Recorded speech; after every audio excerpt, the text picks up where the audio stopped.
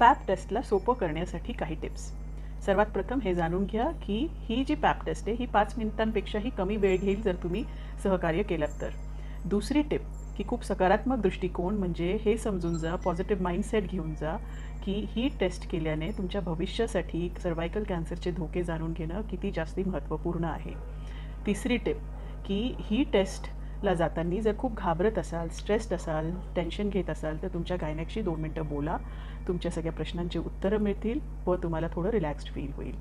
चौथी टिप, गायनेकनी सगळ्या सायझेसचे स्पेक्युलम्स रेडी ठेवले पाहिजे म्हणजे टेस्ट परफॉर्म करताना तुमच्या साईजचा स्पेक्युलम सहज मिळेल आणि तुम्हाला जास्त दुखापत होणार नाही. मग 5वी टिप ती ही की जेव्हा टेस्ट करायला सुरुवात होईल त्यावेळेला श्वास रोखू नका, श्वास आत बाहेर घेत राहा.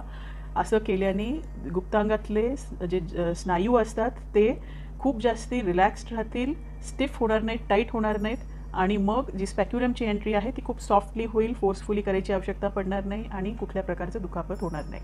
मग 6वी टिप म्हणजे की ज्या वेळेला टेस्ट परफॉर्म केल्या जाईल गायनेक काही प्रश्न विचारत राहतील, ते प्रश्नांची उत्तरे देत राहा ज्याच्याने की तुमचं सगळं लक्ष थोडं वेधल्या जाईल, दुसरीकडे जाईल आणि तुम्हाला ही टेस्ट कधी संपली ह्याचं लक्षातही येणार नाही.